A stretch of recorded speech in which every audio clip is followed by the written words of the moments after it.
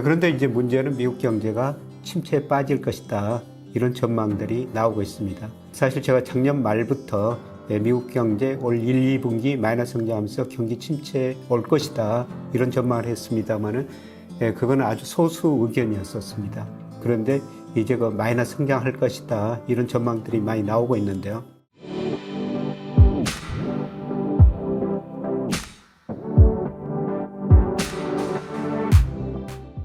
여러분 안녕하십니까? 흔히들 G2라고 그러죠.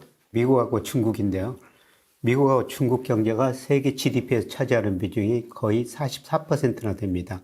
그래서 이 두 나라가 어떻게 되느냐, 여기에 따라 가지고 세계 경제 성장률이 달라질 수 있고요.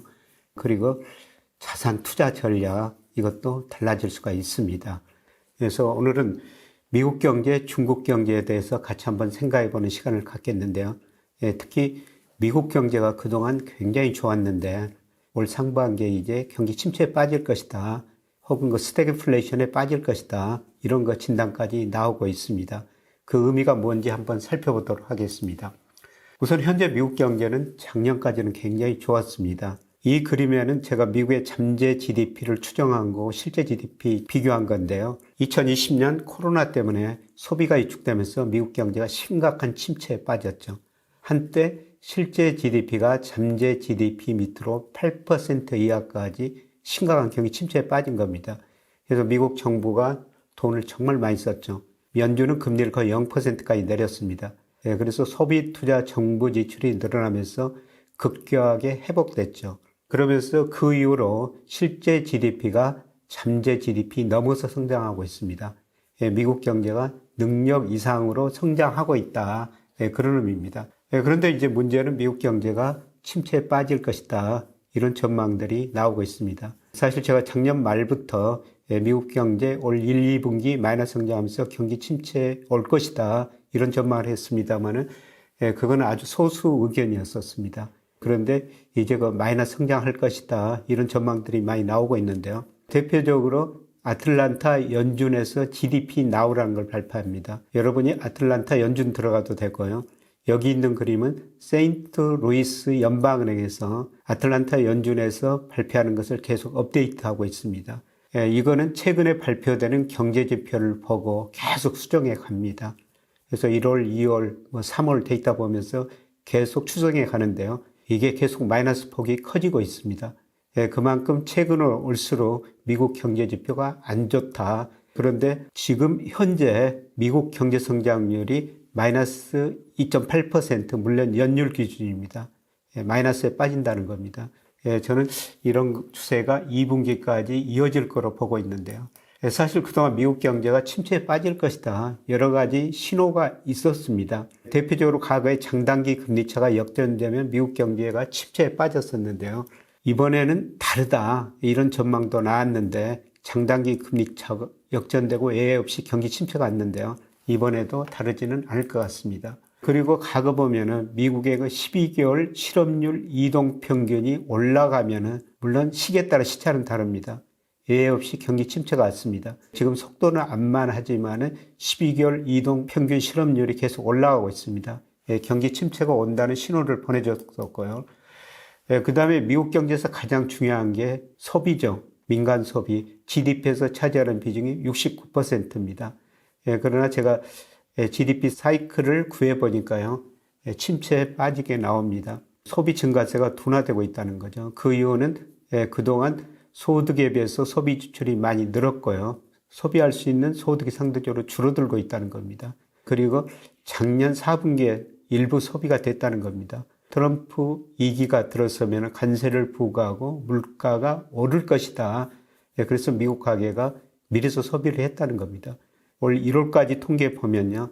미국 소비 지출 중에서 내구재 소비가 상대적으로 더 많이 늘었어요. 그런데 자동차, 가전제품 이런 내구재 한 번 사면은 상당히 오랫동안 가죠. 미리서 사버렸다는 겁니다. 그래서 아마 2월 이후로는 미국 소비 증가세가 크게 둔화되면서 미국 경제가 침체에 빠질 거라는 겁니다. 그런데 또 일론 머스크 그다음에 러트릭 상무장관이 이상한 이야기를 하고 있습니다. 여러분 그 GDP 학교에서 다 배우셨죠? 국내 총생산 GDP라는 거는 일정 기간 한 나라에서 생산한 부가치 합 이렇게 정의가 되는데요. 소위 3면 등가의 원칙이라고 그럽니다. 경제학을 전공 안 하셨더라도 고등학교 때 아마 이런 이야기가 나올 거예요. GDP를 계산하는데 생산 측면에서, 지출 측면에서, 분배 측면에서 세 가지 측면에서 GDP를 작성합니다. 생산 측면에서 GDP라는 것은 각 산업에서 창출한 부가치 합이고요. 그 다음에 우리가 지출 측면에서 GDP를 많이 사용하죠. GDP는 C, 가계 소비, I, 기업 투자, 그 다음에 G, 정부 지출, 그 다음에 수출, 마이너스 수입 이렇게 구성돼요. 그 다음에 분배 소득은 이렇게 생산된 소득이 GDP에 참여한 각 경제 주체에 나눠 갖는 건데요. 그런데 보통 최소 생산물 접근법 혹은 지출 접근법 이걸 GDP를 많이 사용하는데요. 그런데 일론 머스크가 미 효율부 장관이 되면서 미 재정 지출, 미 공무원도 지금 많이 줄이고 있지 않습니까?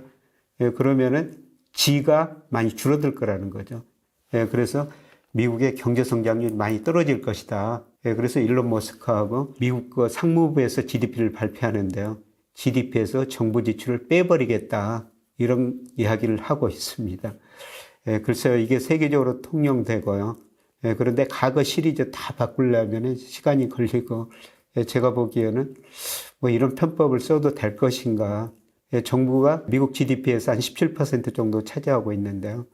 일종의 편법이라고 생각합니다. GDP가 많이 감소할 것 같으니까 정부를 빼겠다는 건데요. 좀 미국 정부가 어떻게 하는지 좀 지켜봐야 될 것 같습니다. 그런데 컨센서스는 현재가 좋기 때문에 아직도 상당히 낙관적입니다. 미국 경제가 2023년 2.9%, 2024년 2.8%, 미국의 잠재 성장이 한 2% 정도 되거든요. 그동안 능력 이상으로 성장했죠. 그러나 올해 내년 성장률이 소비 중심으로 둔화된다는 건데요. 그래도 낙관적입니다. 올해가 2.3%, 올해도 능력 이상으로 성장한다는 거죠. 이거는 시장 컨센서스고요. 그런데 앞서 아틀란타 연준 GDP 말씀드렸고, 제가 전망치 말씀을 드렸습니다만은, 저는 미국 경제 올해 한 1.3% 성장하리라고 보고 있습니다. 그렇다면은 거의 실제 GDP가 잠재 GDP 밑으로 떨어지면서 이러한 의미에서 저는 경기 침체에 빠질 거라 보고 있습니다. 그래서 계속 컨센서스는 최근 경제 지표에 따라서 달라지는데요. 앞으로 지켜봐야 될 것 같습니다. 중국 전인대가 열리고 있습니다. 여기서 여러 가지 경제정책 목표, 중국 경제가 어디로 나아갈 것인가를 결정하는데요. 그런데 경제성장률 목표치도 제시합니다. 우선 지난 2년 동안 보니까 2023년에 5% 목표치를 제시했는데 실적은 5.2%였습니다. 그 다음에 2024년 작년에도 5% 내외를 설정했는데요. 지난 2년 동안 목표치는 달성했다. 이렇게 볼 수가 있습니다. 올해 5% 내에 설정하고 있습니다. 과연 중국 경제가 5% 성장할 것인가? 나중에 보여드리겠으면 컨센서스는 이것보다 좀 낮습니다. 그러나 저는 이 정도 성장할 거라고 보고 있는데요. 중국 경제가 성장 내용을 보면은 2008년 미국에서 금융위기가 전 세계 경제가 미국 중심으로 굉장히 어려웠죠. 그런데 2009년, 2010년 중국 경제가 9 내지 10% 성장했습니다. 이때 이렇게 높은 성장을 하는 것은 중국 기업들이 엄청난 투자를 했기 때문이죠. 예를 들어서 세계 GDP에서 투자가 차지하는 비중이 평균 한 22% 정도 됩니다. 근데 이때 중국은 한때 47%까지 올라갔죠. 그래서 중국이 투자를 많이 해가지고 9 내지 10% 성장했는데요. 투자를 많이 해가지고 기업 생산 능력은 늘려놨는데 수요가 부족하니까 중국의 가행 투자 문제가 드러나고 있는 것이죠. 그래서 중국 기업이 부실해지고 은행이 부실해집니다. 그래서 중국 정부가 안 되겠다. 투자보다는 소비를 부양해야 되겠다. 이런 정책으로 나가고 있습니다. 그래서 중기 추세를 보면은 중국 GDP에서 투자 비중은 줄어들고 소비 비중은 늘어나죠. 2019년에 중국의 1인당 국민소득이 $10,000 돌파했고요. 2023년에는 $13,000 돌파했습니다. 1인당 국민소득이 $10,000 돌파하면 그 나라 소비가 늘어나게 되죠. 그래서 중국의 소비가 늘어나고 있습니다. 그래서 급격한 침체는 아니고요. 중요한 거는 올해 소비자 물가 상승률입니다. 지난 21년 동안 거의 소비자 물가 상승률 목표치를 한 3% 혹은 그 이상으로 제시했어요. 그런데 이번에 올해 소비자 물가 상승률 2%로 제시했습니다. 작년에 중국의 소비자 물가가 0%대예요. 그러니까 디플레이션에 빠진다 이런 우려도 제기했죠. 그런데 물가가 낮다는 것은 우선 통화 정책을 적극적으로 운용하겠다는 겁니다. 여기서 M2 증가율을 합리적으로 운용하겠다. 계속 이런 이야기를 하는데요. 경제 상황에 따라 물가가 낮으니까 돈을 많이 풀 수 있던 여지가 있다는 겁니다. 그리고 GDP 대비 재정 적자 3%, 4% 사이였는데요. 올해도 GDP 대비 재정 적자를 4%로 목표로 내세우고 있습니다. 재정 정책도 가감히 운영하겠다는 거죠. 그래서 저는 그 통화 정책, 재정 정책 이런 정책으로 올해도 중국 경제는 5% 안팎 성장할 수 있다 이렇게 보고 있습니다. 이에 중국이 그동안 건설 투자 중심으로 성장했는데요.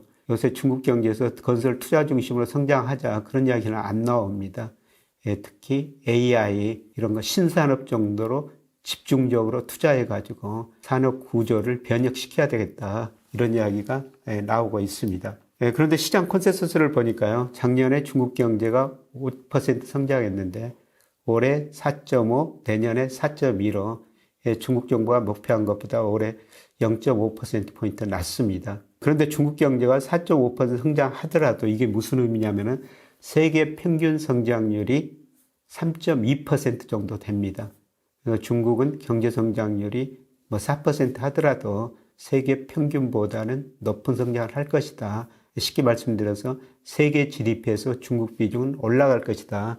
이런 측면입니다. 작년에 소비자 물가가 0.2%, 재작년에도 0.2% 상승했는데요. 올해 시장 컨센서스는 0.7입니다. 근데 중국의 통화정책, 재정정책으로 이거를 2%까지 올리겠다는 겁니다. 그만큼 통화 재정정책을 확장적으로 운영하겠다. 그런 의미가 되는 것입니다. 장기적으로 보면요. 세계 GDP에서 미국 비중 축소, 중국 비중 확대됐었습니다. 2001년 중국이 세계 무역기구에 가입하죠. 그때 중국 GDP가 세계에서 차지하는 비중이 4%였어요. 그 이전 20년 동안 3, 4%에서 계속 정체됐었거든요. 그런데 세계 무역기구 가입하고 나서 저임금을 바탕으로 많은 상품을 생산해가지고 전 세계에 수출하면서 중국 경제가 급격히 성장한 겁니다. 그래서 2021년 가니까 18%까지 급격히 늘어나 버리죠.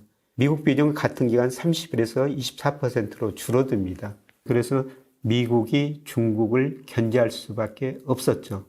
이게 미중 패권 전쟁의 한 원인이 된 겁니다. 그런데 미국이 중국을 견제하다 보니까 2022년에서 2024년까지 중국 비중이 좀 축소됐어요. 16.6%까지 작년에 축소됐습니다. 미국 비중은 다소 올랐죠. 그런데 이거는 IMF 전망입니다만은 IMF가 2029년까지 그 전망을 해놨는데요. 이거 보면은 이제 미국 비중은 축소, 중국 비중은 확대될 거라는 겁니다. 물론 IMF 전망이 이거 틀릴 수도 있습니다. 그러나 이 전망이 맞다면은 우리한테 시사한 거는 달러가 약세될 거라는 거죠. 오른쪽 그림에 있습니다만은 달러 인덱스하고 미국 세계 GDP 비중하고는 같이 움직입니다. 당연한 이야기가 되겠죠. 미국 경제 좋을 때 달러가 강세 보였고 달러가 강세 보이면은 미국 GDP가 상대적으로 더 올라가게 됩니다. 그런데 달러의 장기 추이를 보면요. 85년 9월 플라자 합의를 통해 가지고 미국이 달러 약세를 유도했습니다. 이때 달러 가치 51% 떨어졌고요. 그 다음에 90년대 IT 혁명으로 미국 경제 이때 정말 좋았었습니다. 생산성이 증가하면서 고성장 저물가를 동시에 달성했죠. 그러면서 달러 인덱스, 달러 가치가 많이 올랐는데요. 2000년에 IT 거품이 붕괴되면서 미국 경제가 정말 어려워지죠. 그래서 미국 GDP가 세계에서 차지하는 비중이 2001년에 31.3%에서 10년 후인 2011년에 21.1%까지 무려 10%포인트나 떨어져 버립니다. 이때 미국 경제 정말 힘들었죠. 그러면서 달러 인덱스가 40%나 하락합니다. 결국 세계 경제에서 미국 비중이 확대될 때는 달러 인덱스 강세, 축소될 때는 달러 인덱스 하락이라는 겁니다. 그런데 앞서 말씀드렸습니다만은 IMF 전망치입니다만은 올해부터 2029년까지 세계 GDP에서 미국 비중 축소라는 겁니다. 그러면은 정도의 차이지 달러 인덱스가 앞으로 5년 계속 하락할 거라는 겁니다. 이게 우리 자산 투자에도 굉장히 중요한 영향을 미치죠. 금값을 결정하는 게 미국 소비자 물가, 그 다음에 미국 금리, 달러 인덱스인데요. 소비자 물가가 오를 때 인플레 해지 수단이 금이니까 금값은 오르죠. 최근에 미국 금값이 오른 것은 미국 물가 기대 인플레이션이 많이 올랐기 때문입니다. 근데 장기적으로는 달러 인덱스 하락하고 금값이 오르는 모습이 이 그래프에 나오는데요. 실제로 제가 회귀 분석을 해보니까 물론 기간에 따라 다릅니다만 2000년 1분기부터 올해 1분기까지 데이터예요. 이게 달러 인덱스가 1% 하락했을 때 금값은 물가, 금리 고려한 모델입니다. 1.3% 오른다는 겁니다. 그러면 앞서 IMF가 2029년까지 달러 인덱스 하락이다. 이런 전망을 하고 있죠. 그러면 앞으로 5년도 금값은 계속 오를 거라는 겁니다. 이런 의미에서 금값이 최근에 너무 많이 올랐죠. 분명히 이거 조정을 보일 겁니다. 그러나 달러 인덱스하고 비교하면은 앞으로 5년도 금값은 지속적으로 상승할 수 있다. 금을 투자해야 된다. 이렇게 볼 수가 있습니다. 그리고 달러 인덱스가 하락할 때 미국 주가보다는 신흥시장, 특히 우리 주가도 더 많이 올랐어요. 이 그림은 빨간 선이 우리 코스피하고 S&P 500 상대 지수입니다. 그리고 달러 인덱스인데요.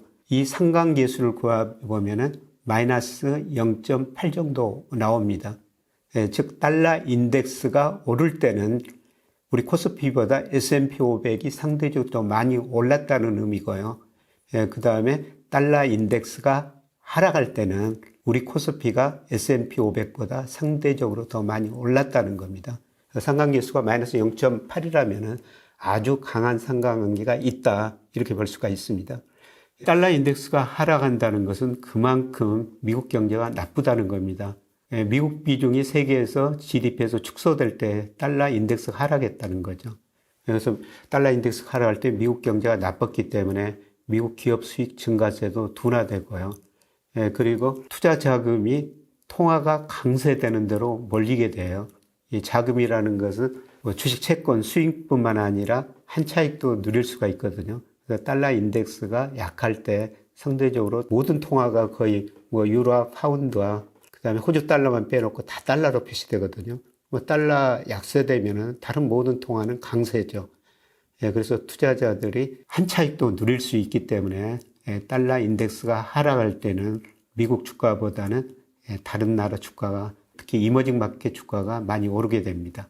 최근에 그 달러가 강세되면서 S&P 500이 우리 코스피보다 훨씬 더 많이 올랐었죠. 그런데 지금 역사적 저점, 상대 지수가 저점이 있는데요. 그런데 IMF 전망이 맞다면은, 즉 올해부터 2029년까지 세계 GDP에서 미국 비중이 축소되고 달러 인덱스가 하락한다면은 우리 코스피가 S&P 500보다 더 많이 오를 거라는 겁니다. 그래서 IMF 전망이 옳은지 틀린지 이거를 좀 지켜봐야 될 것 같습니다. 그런데 저도 같은 전망을 하고 있는데요. 미국 경제는 지난 5년 동안 사실 너무 높은 성장을 했습니다. 그 가운데 부채, 특히 정부 부채가 많이 늘어났고요. 자산 가격의 거품이 발생했습니다. 이게 해소되는 과정에서 조금 경제도 저성장하고 자산 가격 상승률도 많이 둔화될 것 같습니다. 이런 의미에서 보면은 우리가 그동안 미국 주식 많이 투자했는데요. 미국 투자할 때는 주식보다는 채권, 그 다음에 최근에 금값이 많이 올랐습니다만 달러 인덱스 하락할 때 금값이 올랐다는 겁니다. 그리고 달러 인덱스가 하락할 때 제가 우리 주가하고 S&P 상대 주가만 비교해 드렸습니다만 또 이머징 마켓 주가도 똑같은 모습이에요. 달러 인덱스 하락할 때는 중국 주식을 하든지 인도 주식을 하든지 우리 주식을 하든지 상대적으로 이머징 마켓 비중을 늘려야 된다는 겁니다. 그래서 지난거 한 5년 동안하고 투자 방향이 앞으로 바뀌어야 된다는 겁니다. 특히 주식 투자에서 국가별 비중이 굉장히 중요한데요. 앞으로 저는 미국 비중은 좀 축소하고 우리나라, 중국, 인도, 이머징 마켓 비중을 좀 늘렸으면 좋겠다. 이런 생각이 듭니다. 고맙습니다.